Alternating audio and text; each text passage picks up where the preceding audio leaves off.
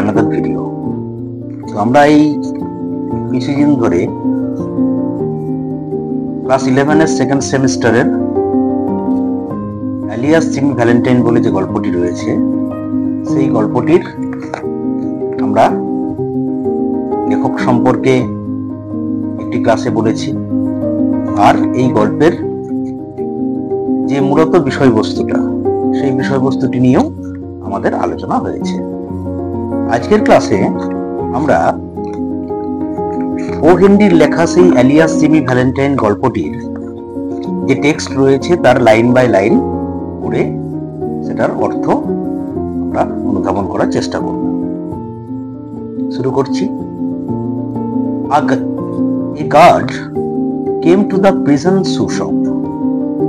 একজন প্রহরী তিনি এলেন জেলখানার সেই জুতোর যেখানে কাজ হয়, জুতোর দোকানই বলা হচ্ছে এখানে, অর্থাৎ একটু ব্যাখ্যা করলে যেটা আসে, আমি যেমনটা আগের ক্লাসে বলেছিলাম যে কোনো একজন অপরাধী বা আসামি তার যদি শাস্তি হয়, কারাদণ্ড হয়, দু ধরনের কারাদণ্ড হয় সাধারণত। একটা হচ্ছে বিনাশ্রম কারাদণ্ড আর একটা হচ্ছে সশ্রম কারাদণ্ড। সশ্রম কারাদণ্ডের যারা দণ্ডিত আসামি তাদেরকে কি করতে হয় না, বিভিন্ন রকম কাজের সাথে জেলখানায় যুক্ত থাকতে হয়। তো জিমির এই সশ্রম কারাদণ্ডে দণ্ডিত হওয়ার কারণে তাকে একটা কাজ বেছে নিতে হয়েছিল, সেটা হচ্ছে জুতো তৈরির কাজ। এবং সেই জুতোর দোকানে বা জুতো তৈরির যেখানটায় হয় জেলখানার মধ্যে, সেইখানটাতে তিনি একজন কর্মী হিসাবে কাজ করতেন। সেই অর্থে এখানে সুশপ বলা হয়েছে। তাহলে একজন প্রহরী এলেন জেলখানার সেই জুতোর স্টোরে বা জুতোর দোকানে, where Jimmy Valentine was assiduously stitching uppers, যেখানে ওই জিমি ভ্যালেন্টাইন কি করছিল না, একটানা ক্লান্তিহীন ভাবে বা অবিরাম ভাবে সে জুতোর যে আপার সোল হয় সেই আপার সোল গুলোকে সেলাই করে যাচ্ছিল। নিচের সঙ্গে আপার সোলের যে কানেকশনটা করতে হয় স্টিচিং এর মাধ্যমে, সেই কাজটা এই মুহূর্তে জিমি করছিল। ঠিক সেই সময় একজন প্রহরী তার কাছে এলেন and escorted him to the front office, এবং তাকে নিয়ে গেল ওই জেলখানার যে সদর অফিস, সামনের অফিস, সেখানে। There the warden handed Jimmy his pardon. সেইখানেতে ওয়ার্ডেন অর্থাৎ কারাধ্যক্ষ মহাশয় তিনি জিমিকে একটি ক্ষমাপত্র তুলে দিলেন। Pardon means a letter where governor had signed his pardon. অর্থাৎ এই ক্ষমাপত্রটা কি বিষয় না, কোনো আসামি, দণ্ডিত আসামিকে যদি তার নির্দিষ্ট মেয়াদের আগে ছাড় পেতে হয়, সেক্ষেত্রে এই ধরনের ক্ষমাপত্রের একটা ব্যবস্থা বিভিন্ন দেশের আইনে চালু থাকে। তো সেই রকমই একটি pardon, a letter of pardon actually, সেটা তাকে দেওয়া হলো, which had been signed that morning by the governor. আর এই ক্ষমাপত্রটা এটা আজকেই সকালে, অর্থাৎ ওই সকালেতেই সই হয়ে এসেছে। কে সই করেছেন না, governor of that region, of that Province. Jimmy took it in a tired kind of way. Jimmy সেটাকে অত্যন্ত ক্লান্তিকর ভাবে নিলেন। এখন এখানটা বোঝার আছে, একজন আসামি যদি ছাড়া পায় জেল থেকে, স্বাভাবিকভাবে তার আনন্দ হওয়া উচিত। কিন্তু why Jimmy is tired here? কেন জিমি এখানে ক্লান্ত, সেটা আমরা একটু পরেই জানবো, একটু পরে ব্যাখ্যা করা আছে। কারণ জিমি অলরেডি অনেকটা সময় পেরিয়ে এসেছে, যেমনটা তিনি আশা করেননি। তার প্রত্যাশা ছিল তিনি খুব কম দিনেই জেল থেকে বেরিয়ে যাবেন, কিন্তু সেটা এক্ষেত্রে হয়নি। এবার বেশ খানিকটা বেশি সময় তাকে ওই জেলের মধ্যে কাটাতে হয়েছে। তাই Jimmy took it in a tired kind of way. He had served nearly 10 months. ঠিক এটাই বলছিলাম যে জিমি ইতিমধ্যে প্রায় 10 মাস জেলে কাটিয়ে ফেলেছে। of a 4-year sentence, 4 বছরের যে দণ্ড, সেই 4 বছর কারাদণ্ডের মধ্যে তার 10 মাস জেল খাটা হয়ে গেছে। এখানে সেন্টেন্স মিন্স যে বিচারক যে দণ্ডটা দেন সেই দণ্ডটাকে এখানে সেন্টেন্স বা রায় বলা হচ্ছে। সেই 4 বছরের তার মোট কারাদণ্ডের অর্ডার হয়েছিল, তার মধ্যে already 10 months have been passed, অর্থাৎ 10টি মাস পেরিয়ে গেছে। He had expected to stay only about 3 months, কিন্তু জিমি প্রত্যাশা করেছিল তাকে বড়জোর 3 মাস হয়তো থাকতে হতে পারে। এট দ্য লংগেস্ট, খুব জোর হলে, খুব বেশি দিন হলে তাকে 3 মাস থাকতে হতে পারে, কিন্তু সেটা হয়নি। সেটা দেখতে দেখতে 10 মাস পেরিয়ে গেছে। এবার এই 3 মাস সে কেন প্রত্যাশা করেছিল? কিসের তার জোর? না, তার বাইরে তো একটা ভালো গ্রুপ রয়েছে, আর টিম অফ ফ্রেন্ডস রয়েছে, তার প্রফেশনাল ফ্রেন্ডসরা রয়েছে, তারা বিভিন্নভাবে ব্যবস্থা করে এইসব আসামিদেরকে ছাড়ানোর ব্যবস্থা করে। অনেক ক্ষেত্রেই তাকে জেল যাত্রা করতে হয়েছে, প্রতিবারই সে কম সময়েই বেরিয়ে এসেছে, এবার কিন্তু সেটা হয়নি। তাই এখানে বলা হচ্ছে, লেখক বলছেন, when a man with as many friends on the outside as Jimmy, যখন জিমির মতো একটা লোকের বাইরে এত বন্ধু রয়েছে, he had is received in the steer, it is hardly worthwhile to cut his hair. এটা একটা ফ্রেজ, অর্থাৎ একটা অন্যরকম মিনিং, যে এরকম যিনি মানুষ, যার এত কনফেডারেটস রয়েছে, এত ফ্রেন্ডস রয়েছে বাইরে, তো তার মতো একজন মানুষের জন্য এই জেলখানাতে তার কেউ কেশাগ্র স্পর্শ করবে, এটা সম্ভব নয় আর কি। কারণ তারা আসবে যাবে, ঠিক আছে, জাস্ট লাইক মামা বাড়ি, সেরকম এদের ব্যাপার স্যাপার। এই সিয়ার মানে হচ্ছে নরকটাকে বোঝানো হয়েছে, অর্থাৎ এই জেলখানাটা অবভিয়াসলি অব্লিগেটরি নরক for any kind of prisoners. এটা হলো প্রথম প্যারা। নেক্সট প্যারাতে ওয়ার্ডেন বলছেন, now Valentine, said the warden, you will go out in the morning, সকালে তো বেরিয়ে যাচ্ছ mister Valentine, dress up and make a man of yourself. ঠিক আছে, মানসিকভাবে তৈরি হয়ে নাও, রেডি হয়ে নাও, be ready and be a man of yourself, অর্থাৎ এরপর থেকে একজন ভালো মানুষ হও, সত্যিকারের মানুষ হও। কারণ যারা জেলে আসে তারা তো মূলত সংশোধনের জন্যই তাদেরকে আনা হয়। বর্তমানে দেখা যাবে এই যে জেল, এই জেলখানা নামটাই এখন বদলে গেছে বিভিন্ন দেশের আইনে, আমাদের ভারতবর্ষেও তার ব্যতিক্রম হয়। এখন জেলখানাটাকে বলা হয় কারেকশনাল হোম বা সংশোধনাগার। তাহলে দা prisoners who have come there, who have reached by any kind of conviction, they have to be corrected. The government should correct those convict.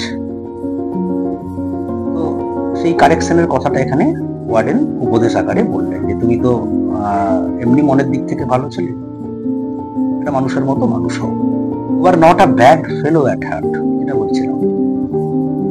ওই 10 মাস থাকতে থাকতে জিমির ম্যানার, জিমির অ্যাটিটিউড, এগুলো তো ওয়ার্ডেন লক্ষ্য করেছেন। তাই তিনি এটা লক্ষ্য করেছেন যে তার মনের মধ্যে একটা ভালো মানুষ রয়েছে, তাই সৎভাবে জীবনযাপন সে চাইলে করতে পারে। তো be a man of yourself, stop cracking safes. তাই তিনি প্রধান উপদেশটা এখন দিলেন যে সিন্দুক ভাঙা বন্ধ করো, অর্থাৎ যে দোষে জিমি কারাদণ্ড হয়েছে সেই দোষটা, অর্থাৎ Jimmy was expert in cracking safes. তিনি সিন্দুক ভাঙতেন, ব্যাংক ডাকাতি করতেন, বিভিন্ন ধনীদের আমানত লুট করতেন, এটাই ছিল তার প্রফেশনাল জব। ঠিক এই কারণেই তাকে দোষী সাব্যস্ত হতে হয়েছে। আর জেলের মধ্যে সেই রেকর্ডটাও রয়েছে যে কি কারণে একজন আসামি দণ্ডপ্রাপ্ত হয়েছে, সেটা তো জেলের যে ক্রনিক্যাল বুকস তাতে লেখা থাকে, কি কারণে এলো, ছাড়া পেলে কি কারণে ছাড়া পেলো, সবটাই রেকর্ডেড থাকে। তো ওয়ার্ডেন সেখান থেকে জানেন যে he had come only for cracking safes. তো তাই তিনি উপদেশ দিলেন স্টপ ক্র্যাকিং সেপস, অর্থাৎ সিন্দুক ভাঙাটা বন্ধ করো, বাকি live straight and live straight, এবং সৎভাবে জীবনযাপন করো। জিমি এখানটাতে ধরা দিতে নারাজ, কারণ কোনো চোরই বলে না যে আমি চোর। তাহলে যে চুরি করে না সেও বলে আমি চুরি করিনি, আর যে করে সেও বলে আমি চুরি করিনি। এখানটাতেই কে চোর আর কে না চোর ধরার মধ্যে একটা অসুবিধায় পড়তে হয় যারা গোয়েন্দা বা পুলিশের লোক। জিমি তার নিজের আত্মপক্ষ সমর্থন করছেন এইভাবে। তিনি যেন শুনে অবাক হচ্ছেন ওয়ার্ডেন যখন তাকে বলছেন যে ভাই সেফ বা সিন্দুক ভেঙো না, সৎভাবে জীবনযাপন করো, তখন খুব প্রশ্ন চিহ্ন মানে নিজের মধ্যে একটা সারপ্রাইজিং টোন দিয়ে জিজ্ঞাসা করছে, সেফ জিমি আমায় বলছেন? ইন সারপ্রাইজ, খুব অবাক হচ্ছেন যেন। অবাক হওয়ার কিছু নেই যদিও, তবুও তিনি কিন্তু নিজের ওই দোষটাকে স্বীকার করতে রাজি নন। তাই বলছে আমাকে বলছেন? Why I never cracked A shape in my life. কেন কারাধ্যক্ষ মহাশয়, আমি তো জীবনে কখনো সিন্দুক ভাঙিনি। ঠিক এমন শোনাচ্ছে বেড়াল যদি বলে যে আমি জীবনে মাছ খাইনি, গন্ডা গন্ডা মাছ খেয়ে বিড়াল হয়েছে তপস্বী, ঠিক সেই রকমই টোন। তিনি is a noted safe cracker. স্বাভাবিকভাবেই তিনি যখন বলছেন যে আমি জীবনে কখনো সিন্দুক ভাঙিনি, তখন ওয়ার্ডেনের একটু হাসি পেয়েছে আর কি। ওয়ার্ডেন বলছে না তা কেন ভাঙবে, ঠিক সেরকম একটা অ্যাটিটিউডের কেউ নো লাভ দা ওয়ার্ডেন। আর জিমির এই ধরনের হাস্যস্কর স্বীকারোক্তি শুনে তার মনের মধ্যেও একটা হাসি এসে গেছে। বলছে না তা কেন তুমি ভাঙবে, oh no love the warden, of course not, না না তুমি তো ভাঙতেই পারো না, সিন্দুক ভাঙা সে কি তুমি ভাঙতে পারো? লেটস সি নাও, তাহলে একটু দেখা যাক তো। How was it you happen to got sent up on the Springfield job? Get sent up, তাহলে যদি তুমি সিন্দুক ভেঙে নাই থাকো, কি জন্য বাবা ওই সিন্দুক ভাঙার কেসেতে স্প্রিংফিল্ডে যেটা ঘটেছিল তাতে তোমার নাম জড়িয়ে গেল, তুমি এখানে চলে এলে? এটা কি করে হলো? Was it because you would not prove an alibi for fear of compromising somebody in extremely high tone society? এখানে একটু বোঝার আছে। যখন কোনো আসামি বা কোনো মানুষকে জেলে যেতে হয়, দুটো কারণে হয়। হয় সে অপরাধ করে এবং সেই অপরাধে তাকে পুলিশ গ্রেপ্তার করে, তার বিরুদ্ধে চার্জশিট হয় এবং তাকে দণ্ডিত করা হয়। কিন্তু কখনো কখনো কিছু নিরপরাধ মানুষকেও অনেক সময় পাকচক্রে পড়ে বা কারো ষড়যন্ত্রে পড়ে কোনো বিষয়ে ফেঁসে গিয়ে তাদেরকে জেলে যেতে হয়।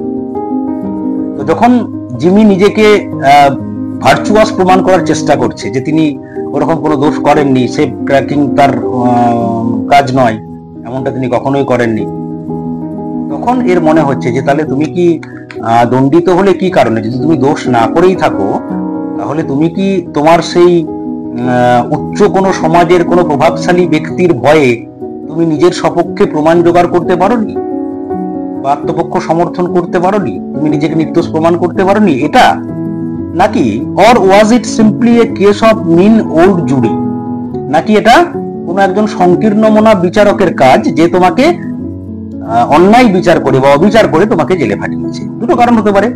যদি তুমি দোষ না করে থাকো, আইদার তুমি তোমার নির্দোষতা বা নিরপরাধ যে তুমি ছিলে সেটা প্রমাণ করতে পারোনি, আদারওয়াইজ কোনো একজন বিচারক ভুল বিচার করে তোমাকে জেলে পাঠিয়েছে, নিশ্চয়ই এমনটা কিছু হয়ে থাকবে। যদিও ওয়ার্ডেন তা মনে করছেন না, ওয়ার্ডেন জানেন যে জিমি দোষী, কিন্তু জিমিকে ক্লারিফাই করার জন্য এই কথাগুলো বলছে। পরক্ষণে তিনি বলছেন it is always one or the other with innocent victims. আর এরকম জিনিসগুলো কি তোমাদের মতো নিরীহ লোকেদের জন্যই হয়? এই ইনোসেন্ট ভিকটিমটা, এটা কোট আনকোট, মানে ইনোসেন্ট ভিকটিম কেন?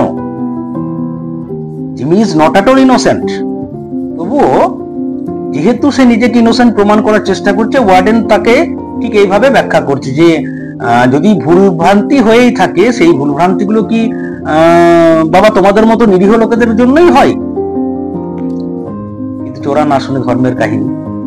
জিমি তখনও নিজেকে নিরপরাধ প্রমাণ করার প্রচেষ্টায় আবার সেই একই সারপ্রাইজ টোনে ওয়ার্ডেনের দিকে প্রশ্ন ছুটছেন, আমাকে বলছেন? আমি? Set Jimmy. জিমি বলল, স্টিল ব্ল্যাঙ্কলি ভার্চুয়াস, তখনও যেন নিজে কিচ্ছুটি করেননি এটা বোঝাতে, ভাজা মাছটি যেন তিনি উল্টে খেতে যাবেন না, এরকম একটা টোন নিয়ে আবার প্রশ্ন করছেন এবং আবার একটি হাস্যস্কর যুক্তি রাখছেন। কি বলছেন? Why warden I never was in Springfield in my life? কেন ওয়ার্ডেন, আমি তো জীবনে কখনো স্প্রিংফিল্ডে যাইনি। তাহলে যখন আমি স্প্রিংফিল্ডে যাইনি, তখন আমি কিভাবে স্প্রিংফিল্ডের কেসে জড়ালাম? How innocent guy he is, এটা তিনি প্রমাণ করার চেষ্টা করছেন।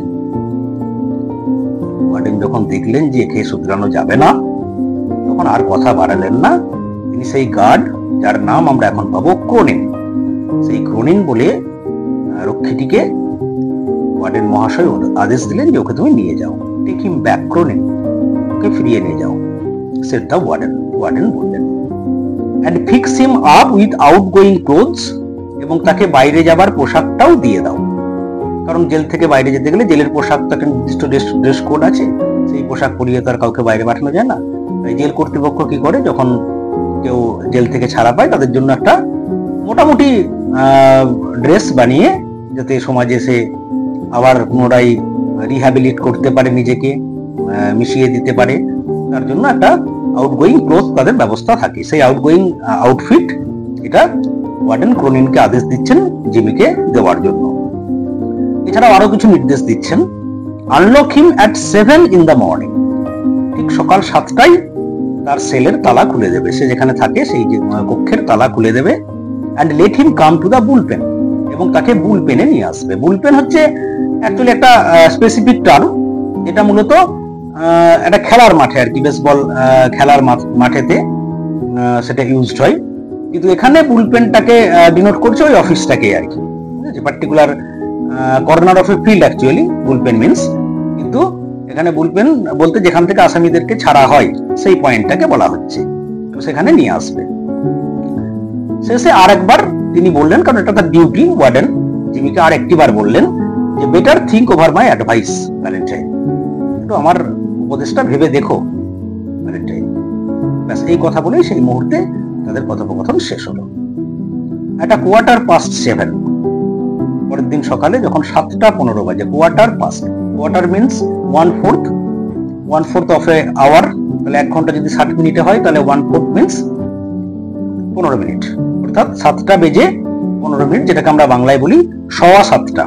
সেই 7:15টার সময় Jimmy stood in the warden's outer office, Jimmy দাঁড়িয়েছিল ওয়ার্ডেনের যেটা বাইরের অফিস, that means the bullpen. He had on a suit of a villainously fitting, এবং এই মুহূর্তে তার পরনে একটা বেখাপ্পা ধরনের স্যুট। ভিলেনাসলি কথাটা ইউজ হয়েছে নট টু ডিনোট ভিলেন্স, কিন্তু জেনারেলি কি হয়, যখন একজন রুচিশীল মানুষ তারা যখন পোশাক পরে তাদের মধ্যে একটা টেস্ট থাকে, একটা সুটেবল সাইজ থাকে, কালার থাকে, টেস্টফুল ড্রেসে তারা নিজেদেরকে সজ্জিত করে। কিন্তু যাদের সেই সম্পর্কে রুচি নেই তারা কি করে, যেমন একটা পেলো বেখাপ্পা ধরনের পোশাক পরে নিল। এখানে যেহেতু জিমির মাপের জন্য পোশাক তৈরি হয়নি, তাহলে একটা রেডিমেড ক্লোথস দেওয়া আছে, সেটা তার গায়েতে মানায়নি, তাই ভিলেনাসলি ফিটিং বলছে আর কি।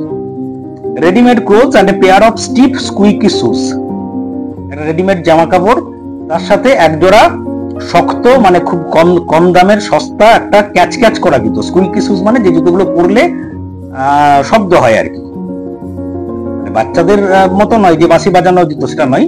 সস্তা জুতো হলে দেখবে জল লাগলে কি হয়, এরকম একটা সাউন্ড আসে, that is squeaky. That the state furnishes to its discharge compulsory guest, অর্থাৎ এইগুলি মানে এই পোশাক আশাক আর এই জুতো, এইটাই রাষ্ট্র থেকে তাদের যারা আবশ্যিক অতিথি, এখানে প্রিজনার্সদেরকে আবশ্যিক অতিথি বলে বলা হয়েছে। অর্থাৎ যারা জেলখানায় আসে তাদের দায়িত্ব তো সরকারকে নিতে হয়, যেমনই খাওয়ানোর দায়িত্ব নিতে হয়, রাখার দায়িত্ব নিতে হয়। আবার যখন ছেড়ে দিচ্ছে, সেই ছেড়ে দেওয়ার সময় তাদেরকে প্রপারলি রিলিজ করাটাও স্টেটের দায়িত্ব। তাহলে at the time of outgoing from the prison, একটা জেলখানার আসামিকে এই জামা কাপড় আর এই জুতোটুকু স্টেট দিতে পারে, তার সঙ্গে আরো কিছু পয়সা, আরো কিছু রেলের টিকিট, এগুলো দেওয়া হয়, এগুলো আমরা পরে পাবো। তো এইগুলো কম্পালসারি গেস্ট বলছে কাকে, না জিমিকে, কারণ প্রত্যেকটি প্রিজনের মতো তিনিও এই 10 মাস এখানে আবশ্যিক অতিথি হিসাবে ছিলেন, এখন তিনি ছাড়া পাচ্ছেন। তাই তার সেই গেস্টকে এখন রিলিজ করতে গেলে সরকার থেকে এই জামা কাপড় এবং জুতোটা তাকে সরবরাহ করা হচ্ছে। এই হচ্ছে প্রথম পাতার টেক্সটটা। আমরা আজকে এইটুকুই জানলাম। একদিন আমরা এক পাতা বা আরেকটু করে আমরা এগিয়ে যাব স্টেপ বাই স্টেপ। আজকের ভিডিও এই পর্যন্তই। সবাই ভালো থেকো, শুভেচ্ছা রইল, পরে দেখা হচ্ছে।